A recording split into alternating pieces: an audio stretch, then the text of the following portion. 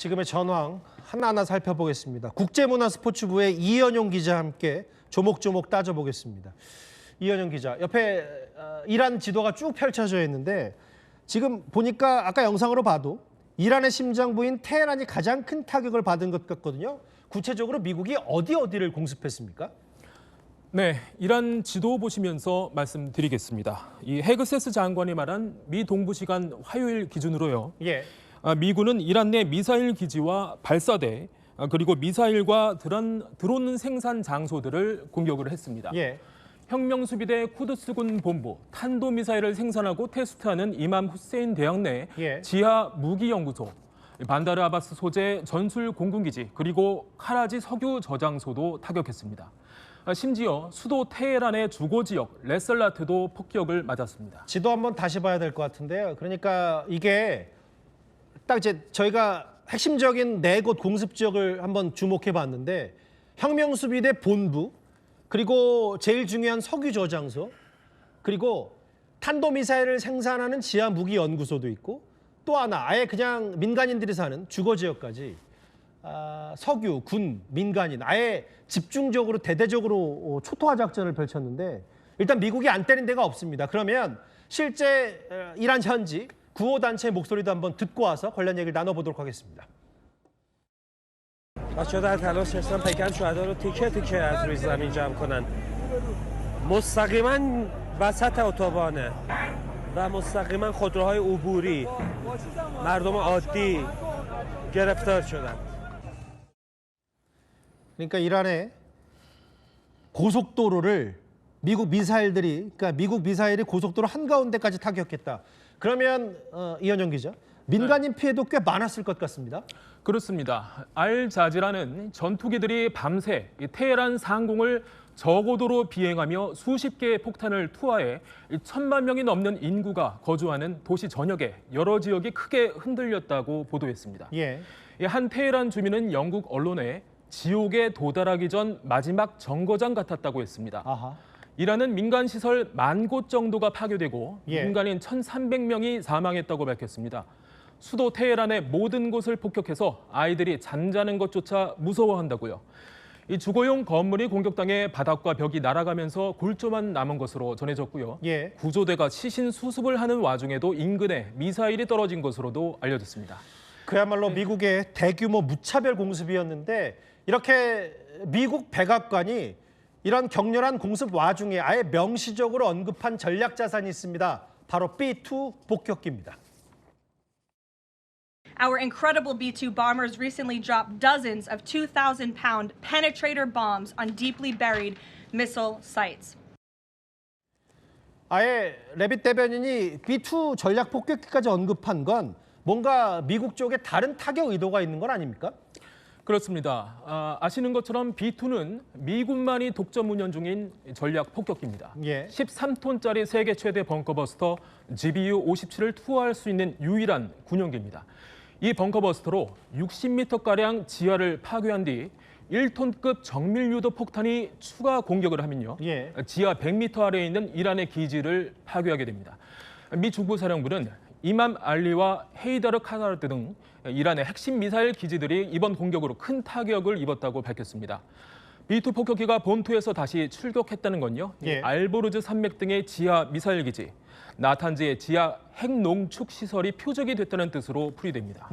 오늘 전황만 쭉 정리해봐도 사실 그 이란 내부, 테헤란 중심으로 해서 꽤 치명타를 입었을 것 같은데 그럼에도 이란은 맞불로 본인들도 격렬하게 강렬하게 우리도 중동 다른 나라를 타격했다 이렇게 선언까지 했더라고요. 네, 기다렸다는 듯 맞받아쳤습니다. 예. 이란 혁명수비대는 전쟁 발발 이후 가장 격렬한 대규모 작전을 개시했다고 주장하며 공격 영상을 공개했는데요. 예. 이 바레인 주둔 미 해군 제5함대 기지, 카타르 아루데이드 미 공군기지, 아랍에미리트 인근 미군 기지에서도 우리 돈 7천억 원에 달하는 사드 기지가 피격된 것으로 알려졌습니다. 야, 이란도 사실은 이것도 벼랑 끝 전술인지는 모르겠지만 본인들도 저강도 혹은 게릴라식 가성비 나오는 반격을 계속 다른 중동 걸프 국가에게 하고 있는데 근데 제가 오늘 여러 전황을 살펴보다 보니까 눈에 띄는 보도를 봤는데 이란이 표적을 새롭게 삼았는데 중동 내에 있는 미국 IT 기업을 타격하겠다. 이렇게까지 엄포를 놨더라고요. 네, 이것도 우려할 만한 소식입니다. 이름만 들으면 알만한 세계적 기업들이 중동 지역에도 시설을 갖고 있는데요. 예. 앞으로 아랍에미리트와 이스라엘에 위치한 구글, 아마존, 그리고 마이크로소프트 등 미국의 글로벌 IT 기업의 중동 내 인프라도 공격 대상이 될 수 있다고 이란 국영 언론은 전했습니다. 아하.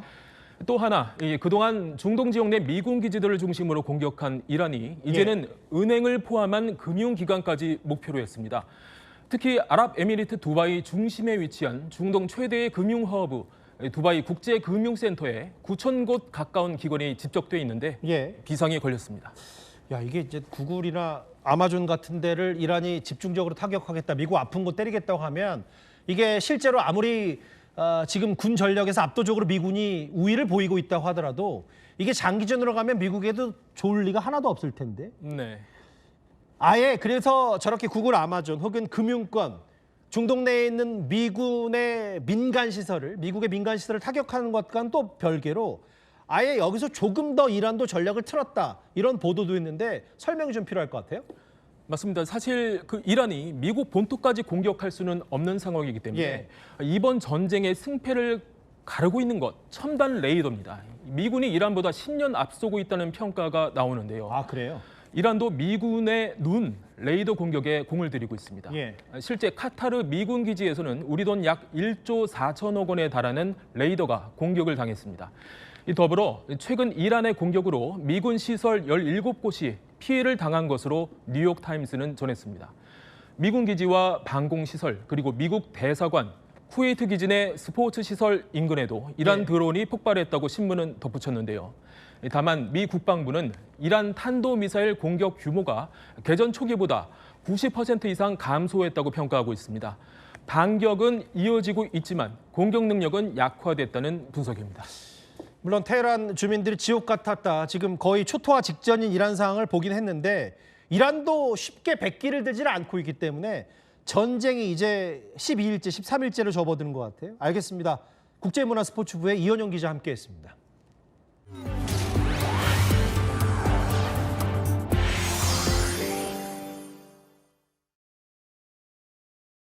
We're playing for keeps.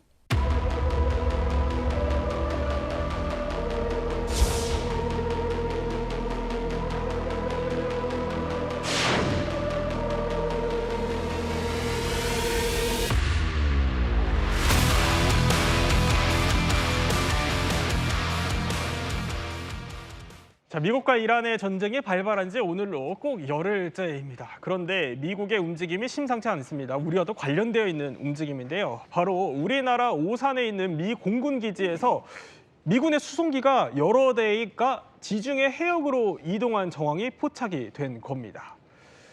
자, 저런 수송기들이 이제 지중해 앞으로 가고 있다라는 거예요. 일단 저 안에 뭐가 실려 있는지는 확인이 안 됐지만 저 수송기가 통상적으로 싣고 가는 것들, 패트리어트가 거론되더군요. 네, 그럼요.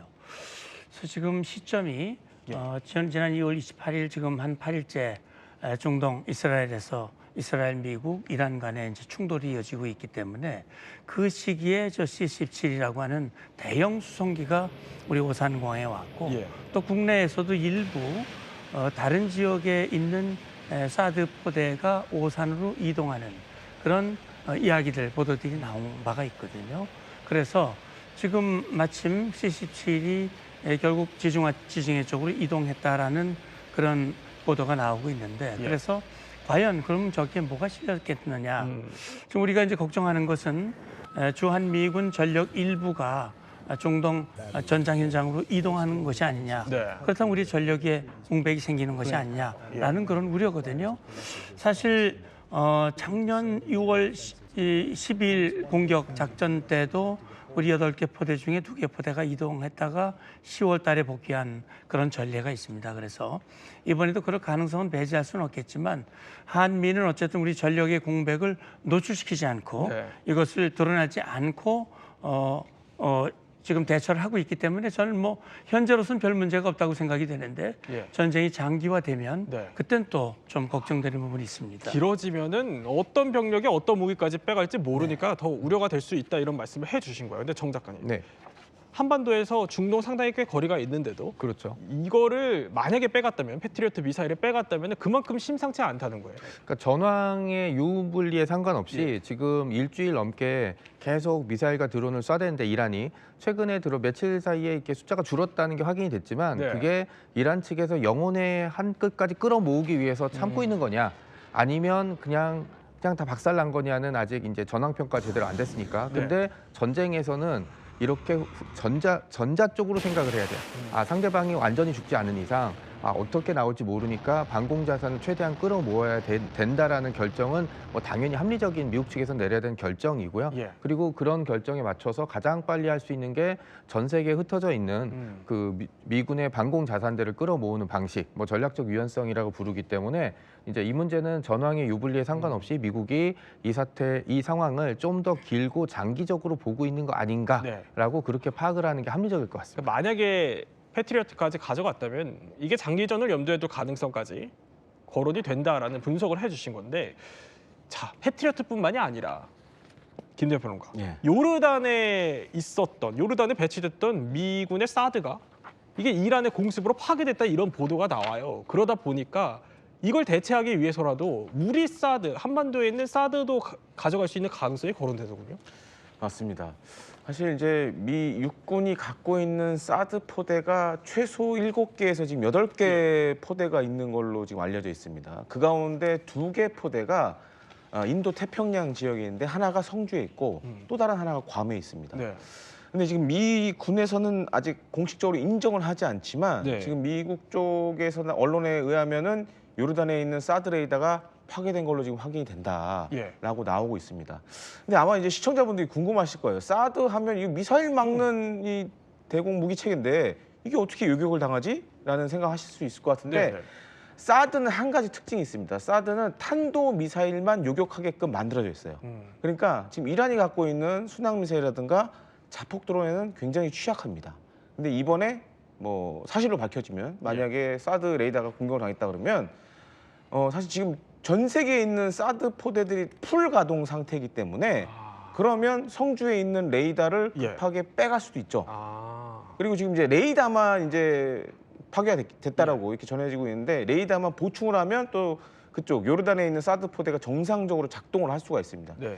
이런 것들을 전반적으로 아마 이제 미군 차원에서 고려해서 만약에 정말 파괴가 됐다 그러면 성주 혹은 괌에 있는 사드 레이더가 예. 이동할 가능성이 있죠. 일단 짧게 여쭤보면 군사 전문가시니까 예. 그 C-17 수송기가 일단 지중해 해역으로 간 게 이제 보도가 나오니까 이 C-17에도 사드는 싣는 건 맞아요? 사드 레이더 같은 경우에는 C-17 수송기에 바로 탑승이 가능합니다. 그러니까 레이더 한 기를 싣는 데는 예. 전혀 문제가 없어요. 그렇군요. 그러면 우리가 이제 계속 가능성이 아직 확인이 안 됐어요. 패트리어트랑 사드가 뭐 들어있는지 안 들어있는지 아무도 모릅니다. 그런데 만약에 사드까지 간다면 아까 이제 패트리어트 정도는 뭐 안보 공백이 큰 우려가 없다고 하셨지만 사드까지 간다면 얘기가 좀 달라질 수 있는 거 아니에요? 예, 물론 그렇습니다. 이제 그 사드도 그렇고 패트리어트도 그렇고 모두 다 대공 무기들이죠. 북한이 대한민국을 향해서 주한 미군 기지를 향해서 미사일, 탄도 미사일을 쏠 경우 그걸 요격하기 위한 방공망이거든요. 그래서 그것이 이동하게 된다면 그만큼의 공백이 생기는 것은 그건 부정할 수 없는 사실이죠. 네. 그러나 지금 만약에 지금 우리가 한미가 그 부분에 대해서 이동했다 안 했다라고 하는 것을 NCND 확인 안 해주는 이유는 굳이 그걸 확인해서 우리의 공백을 드러낼 필요가 없는 것이죠. 그러니까 두 가지입니다. 하나는 적에게 오판하지 않도록 하기 위한 그런 조치가 하나, 전략적 조치가 필요하고 예. 그다음에 만약 그렇게 됐을 경우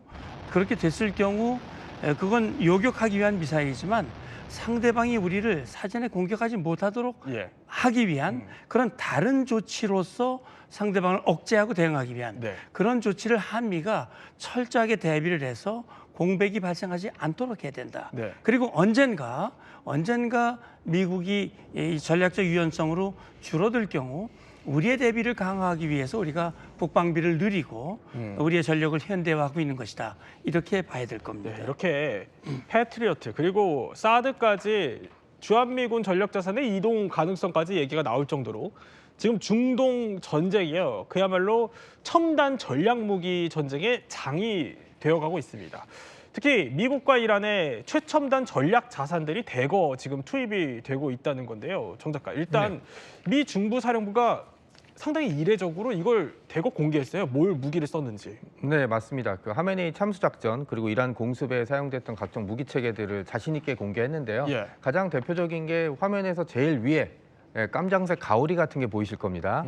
이 가오리가 이제 B2 이제 스텔스 폭격기라는 미국이 가지고 있는 가장 비싼 무기 체계 중에 하나이기도 하고요. 이거는 그 농담 삼아 그 무게의 금보다 더 비싸다고 할 정도로, 왜냐하면 이제 처음에는 한 100대 정도 만들려고 했다가 한 20대 정도로 줄어드니까 이제 대당 단가 좀 많이 올라갔거든요. 이 그 B2 스피릿 폭격기 같은 경우는 이번이 처음이 아니라 그 6월에 이제 그 이란의 포르도에 있는 핵시설을 공습할 때 사용했던 작전이 이제 미드나잇 해머 작전이라고 부르거든요. 이때 출격을 해서 이제 지하 시설을 관통탄으로 이제 파괴했던 전력이 있고요. 이번에도 이제 아마 전쟁 초반부터 이제 활약을 했던 걸로 이제 알려지고 있습니다. 그리고 이제 또 이제 눈에 띄는 무기 중에 하나는 저 아래쪽에 가오리처럼 생겼는데 살짝 작은 게 있습니다. 저게 이제 이란이 그 러시아에 제공해서 우크라이나 전쟁터에 사용됐던 샤이드라는 드론이 있거든요. 이 드론을 미국이 다시 복제해서 만들었던 루카스라고 부르는 이제 자폭 드론인데 사실 뭐 이란이 독자적으로 개발했다기보다는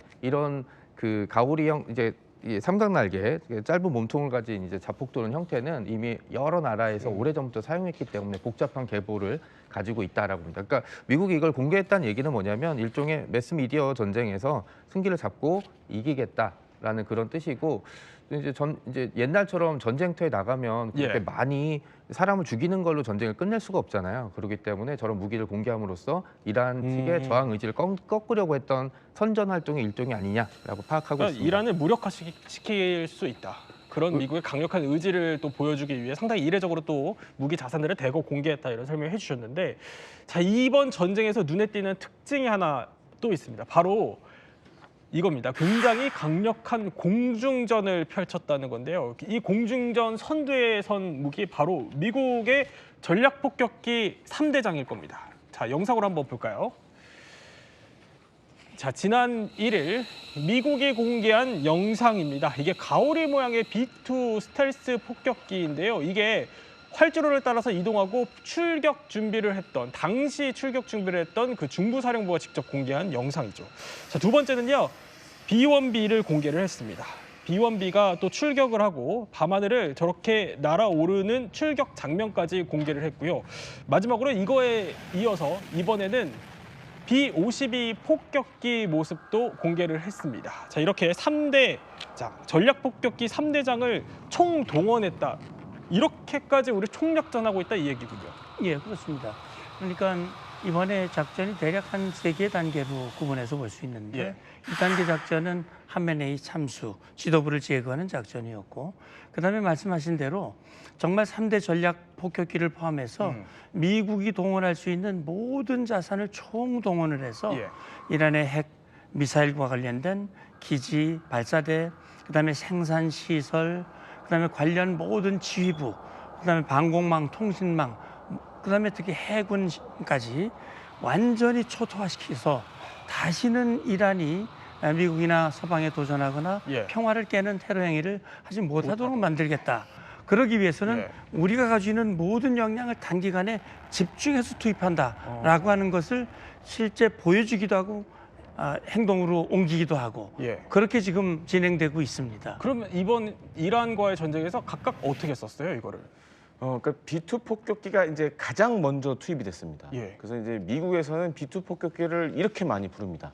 그러니까 우리가 화살이 있으면 화살촉과 같은 능력을 갖고 있다. 그리고 적의 대문을 부수는 역할을 한다. 아, 대문을 부수는? 그러니까 그렇게 많이 표현을 하고요. 저는 이제 B2 폭격기 실제 봤으니까 실제로 저 지금 길이 이게 가오리처럼 돼 있잖아요. 저 길이가 아마 우리가 지금 촬영하고 있는 이 동아일보 사옥만 할 겁니다. 그 정도로 커요. 예. 그런데 레이더 상에는 사실은 구슬처럼밖에 안 보여요. 그러니까 엄청나게 작은 거죠. 그러니까 그런 고도의 스텔스 능력을 가지고 지하 핵시설이나 이제 미사일 기지를 때리는데 일단 동원이 됐고 저기 지금 나오지만 대당 가격이 거의 3조 원입니다. 그리고 지금은 이제 만들지도 않아요. 그런데 여기에 더해서 유사시에는 핵무기도 탑재가 가능하고 그렇군요. 그다음에 한 18톤 정도의 각종 무장을 이제 장착을 합니다. 일단 요 B2가 먼저 갔고. 예. 네. 그다음에 이제 이란의 방공망이 좀 제거가 되니까 예. 이제 그다음에 투입된 게 B1B입니다. B1B. B1B 같은 경우에는 별칭이 한 가지가 있습니다. 그래서 2003년 이라크전 그리고 아프간전에서 예. 제이담 택시라는 별명이 있었어요. 그러니까 제이담이 이제 GPS 유도 폭탄인데 네. 이 GPS 유도 폭탄을 한 10여 발 정도 탑재를 하고 그 상공에서 계속 날아다니는 거예요. 그래서 지상군이 필요하다 그러면 계속 이제 폭탄을 떨궈주는. 네. 그래서 이제 제이담 택시라는 별칭을 갖고 있는데 지금 나오고 있지만 폭탄 적재량이 최대 34톤입니다. 그렇군요. 그러니까 미국 예. 폭격기 3대장 가운데 가장 많이 폭탄을 실 수 있어요. 그럼 아까 B2는 대문을 부수고 얘는 폭탄을 제일 많이 싣고 이런 거고요. 예. 그리고 또 한 가지로는 B1B는 또 완전한 스텔스는 아니지만 그래도 준 스텔스 성능을 갖고 있어요. 그러니까 그 정도로 놀라운 데 더해서 속력도 제일 빠릅니다. 네. 마하 1.25라 정말 필요로 할 때 즉각 반응한다는 것이 이제 가장 큰 특징이고 사실은 이제 만약에 미국이 지상전을 할 때 예. 아마 가장 많이 동원될 게 B1B입니다. 왜냐하면 폭탄을 가장 많이 싣고 초기화할 수 있는 능력을 갖고 있고 그다음 마지막이 이제 B-50입니다. B-50 같은 경우에는 이제 며칠 전에 밤에 이제 지금 영상으로 나오죠. 밤에 이제 출격하는 영상을 미 중부 사령부가 공개를 했습니다.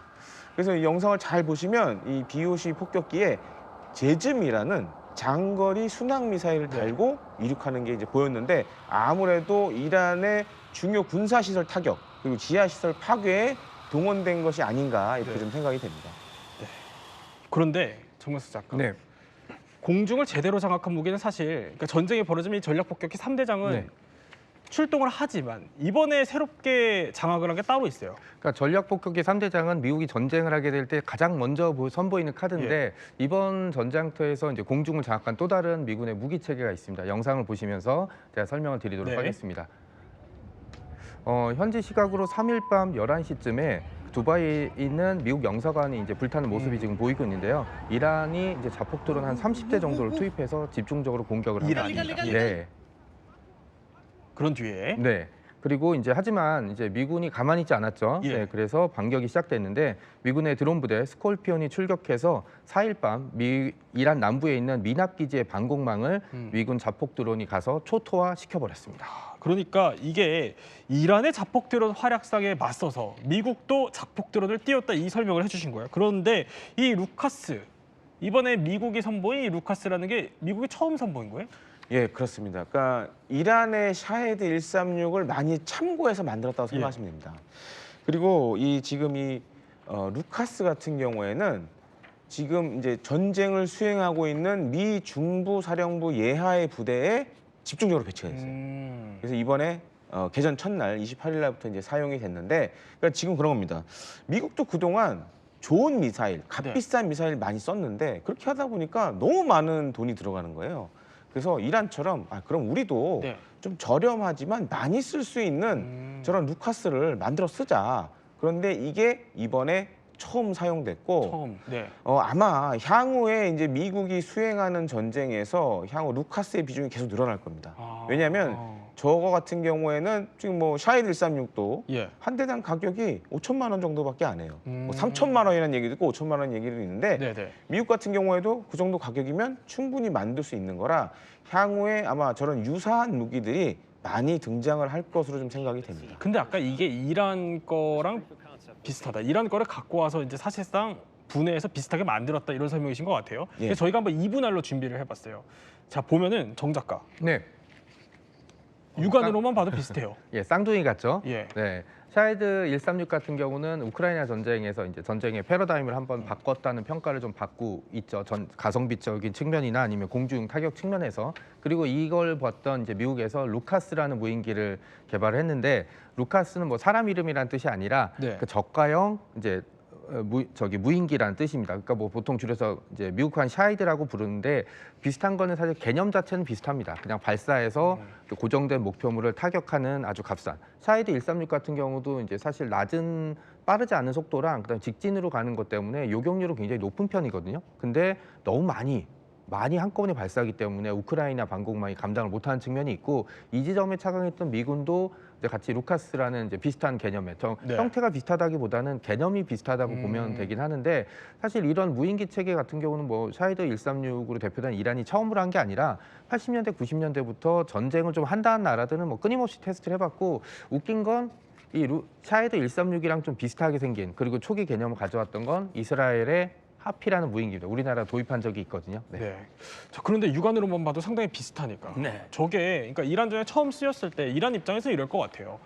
아니 우리랑 비슷한 무기인데 저게 우리 건지 아닌 건지 좀 헷갈린다. 그러니까 어떻게 보면 좀 교란술인 것 같기도 하고요. 성능은 어떻습니까? 네, 그렇게 볼 수도 있겠죠. 외형적으로는 비슷하니까 피하 식별이 어렵지 않습니까? 근데 성능은 상당한 차이가 있는 것 같아요.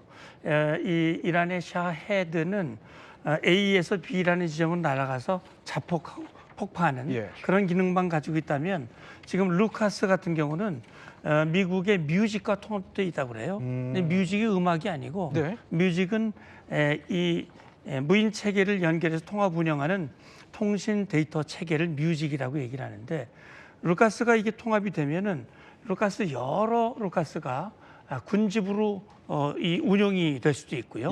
그다음에 필요에 따라서는 정찰 드론으로 활용이 될 수도 있어요. 그리고 나중에 스파이 역할도 하고 자폭도 하고 다양한 능력을 정확도와 유용성 이런 부분에서 샤헤드는 상당히 차별화된다 이런 얘기죠. 그렇군요. 자, 이렇게 하늘을 어떻게 보면 지배했던 전략 폭격기 3대장에 더해서 자, 루카스, 미국이 처음 꺼내는 루카스라는 드론까지 살펴봤다면 땅과 바다를 장악한 미국의 무기들은 뭐가 있었을지 한번 살펴보도록 하죠. 자, 사막 한가운데서 대형 미사일이 지금 발사가 되죠. 소리만 들어도 굉장히 굉음입니다. 그리고 모래바람이 일어나는데 이것도 루카스뿐만이 아니라 미국이 처음으로 실전 배치했다면서 공개한 이른바 프리즘 신형 장거리 미사일입니다. 자, 이번에 다음 영상 한번 보죠. 이번에는요, 또 미국이 공개한 영상입니다. 미군이 잠수함에서 어뢰를 또 발사하니까 저렇게 이란의 군함이 큰 물기둥과 함께 치솟으면서 침몰하는 영상. 자, 이렇게 중동 전쟁의 긴장감이 점점 높아지는 가운데 자, 일단 처음 봤던 무기부터 짚어볼게요. 김대호 평론가. 프리즘이라는 게, 자, 이 프리즘 이게 이번에 처음 사용된 무기라고 하던데 사거리가 500km가 넘어요. 맞습니다. 그러니까 러시아 우크라이나에서 많이 쓰였던 것 그리고 러시아가 제일 아파했던 게 바로 이제 미국이 만든 에이테킴스라는 미사일입니다. 그래서 하이마스라는 이제 고기동 다연장 로켓포 체계에서 많이 썼는데 이번에 처음 등장한 게 바로 이 프리즘이에요. 프리즘은 에이테킴스를 대체하는 신형 장거리 정밀 타격 미사일입니다. 그래서 지금 이게 사용된 게 되게 추정이지만 아무래도 이 프리즘은 만들 때 타겟이 하나가 있었습니다.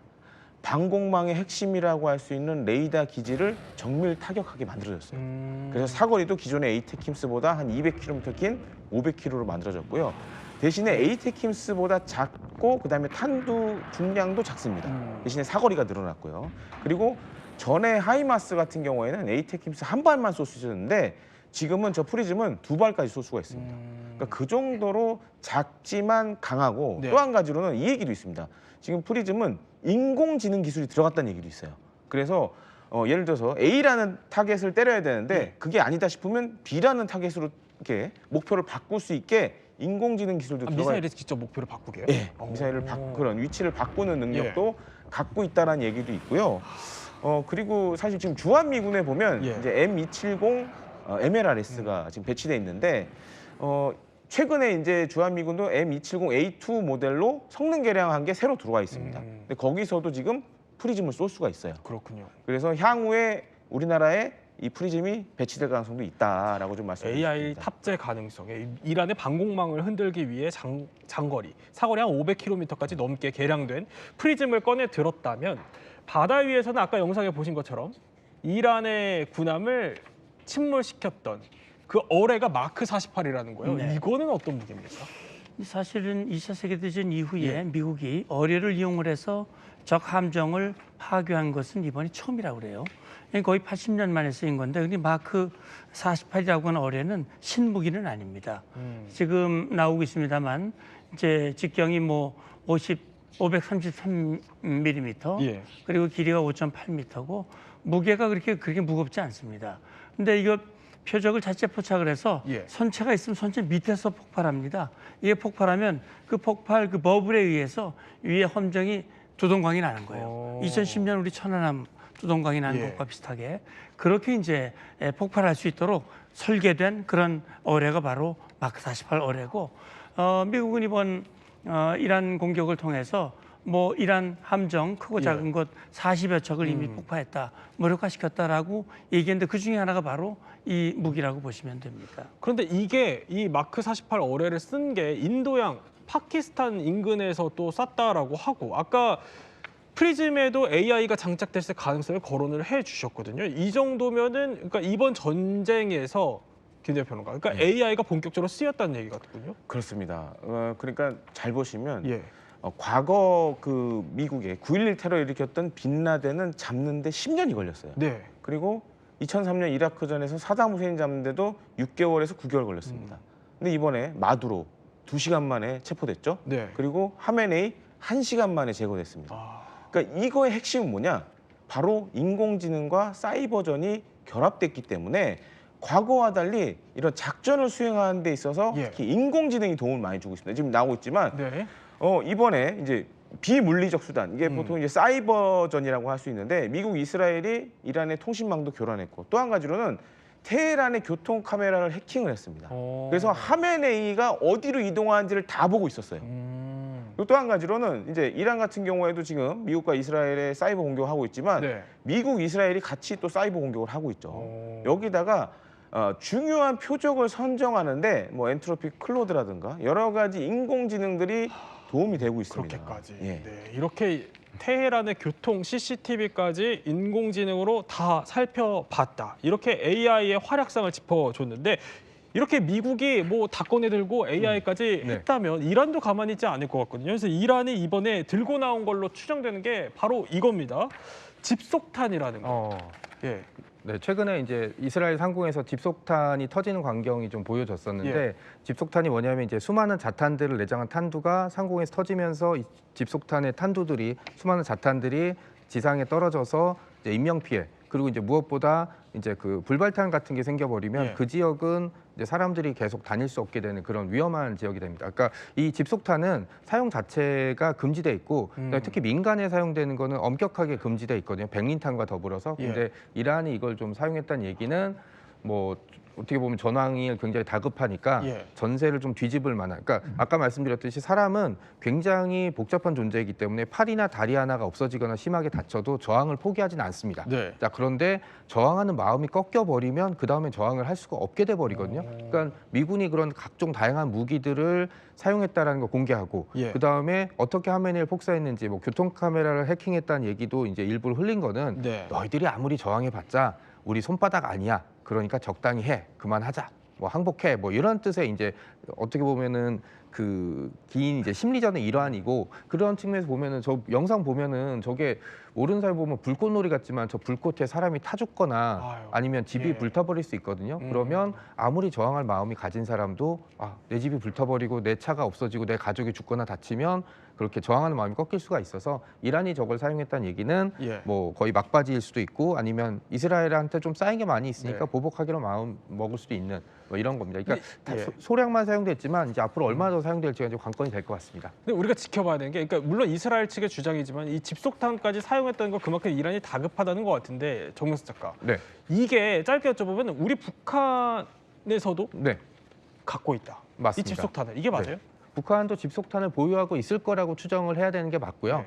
왜냐하면 전쟁에서는 상대방이 가지고 있을까 없을까라고 생각된다면 일단 가지고 있다는 걸 전제로 하고 대비를 해야지 하는 겁니다. 전쟁이라는 거는 최악의 패배가 최선의 현재보다 더 나쁠 수 있는 상황이기 때문에 예. 북한이 집속탄을 당연히 가지고 있고, 그리고 이제 러시아가 우크라이나에서 사용한 그 집속탄에서 북한chế 집속탄이 확인이 된 적이 있거든요. 그러니까 아마 우크라이나에서 테스트를 충분히 해봤을 거고 유사시에 우리에게도 쏠 가능성이 굉장히 많이.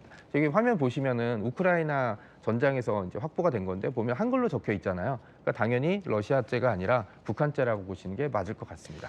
자, 이렇게 무기들을 짚어봤다면 한 가지 더 짚어봐야 될 게 있어요. 이제 물론 전력을 차지하고 있는 게 무기 말고도 병력이 있는데, 김대욱 평론가. 예. 아까 조금 전에도 저희가 짚어봤지만 이란의 핵시설에 들어가서 우라늄을 갖고 나오기 위해서 미군의 특수부대를 보낼 수 있다. 이 가능성 어떻게 보세요? 충분히 가능성 있어 보입니다. 다만 이제 한 가지 문제가 있죠. 예. 그러니까 특수부대라고 해도 어차피 이제 미국 국내 여론은 이거를 지상전에 미군이 개입하는 걸로 볼 수도 있어요. 그러면 이제 이런 방식도 생각해 볼 수가 있죠. 예. 이거를 대신 이스라엘 특수부대가 하고 네. 지원을 미군이 하는 방식으로도 미국 쪽에서는 검토해 볼 수 있겠죠. 그러면 지상전에 개입 안 하는 조건이 돼버리니까 지금 사실 이제 미국이 여러 가지 시나리오들을 지금 생각을 하고 있습니다. 네. 거기에는 이제 지상전도 포함이 돼 있고, 아니면 이렇게 공중 공격만 계속하다가 그냥 끝내는 것도 하나의 시나리오로 검토가 되고 있기 때문에 향후 전황에 따라 여러 가지 좀 가능성이 열려 있다고 보여집니다. 여러 가지 가능성이 열려 있는데 이런 보도가 있더라고요. 워싱턴 포스트에서 정 작가. 네. 미 육군 최정예 공수 부대인 82 공수사단에서 갑자기 이 훈련을 돌연 취소했다. 그래서 이거 이란에 투입하려고 그러는 거 아니냐, 이런 분석들도 나와요. 네, 맞습니다. 일단 82 공수사단에 대해서 간단히 설명드리자면 밀리터리 좋아하시는 분은 당연히 알고 있는 그 별명이 올 어메리칸스라고 불리는 건데 부대 마크가 빨간색 두 개의 이제 A자가 붙어 있습니다. 예. 101 공수사단, 그러니까 밴드 오브 브라더스에서 주인공들이 속해 있던 그 부대와 더불어서 2차 대전 때부터 맹활약했던 공수부대, 그러니까 수송기나 비행기를 타고 올라가서 이제 적진에 투하되는 그런 부대였는데, 만약에 이제 미군이 이란과의 지상전에 부대를 투입한다면 기갑사단이나 이런 육군 병력보다는 잘 훈련된 공수부대를 투입할 가능성이 굉장히 높습니다. 그렇군요. 이렇게까지. 그럼 트럼프 대통령은 이렇게 특수부대 혹은 지상전까지의 투입 가능성이 거론되는 이 상황에 대해서 어떻게 생각을 할까요? You need ground troops to secure the enriched uranium at the nuclear sites. We'll find out about that, and at some point maybe we will. We wouldn't do it now. Maybe we'll do it later. 이렇게까지 우리가 병력, 물자, 자원 투입 가능성 다 봤습니다. 많은 시청자분들이 이거 궁금해하실 것 같아요. 이 전쟁 언제까지 갑니까? 단정할 수 없을 겁니다. 그러나 어쨌든 길게 가서는 안 된다고 보고요. 지금 미국에서는 4 내지 6주를 얘기를 하고 있고요. 예. 이란은 또 언제까지 할 수 있겠다 얘기를 하는데, 저는 지금 이란이 과연 언제까지 이걸 버티어 나갈 것인가, 이게 기간을 결정하리라고 봅니다. 이란이 언제까지 버틸 수 있냐. 자, 세 분과 함께 이번 중동 전쟁에 등장한 무기와 또 병력들에 대해서 이야기 나눠봤습니다.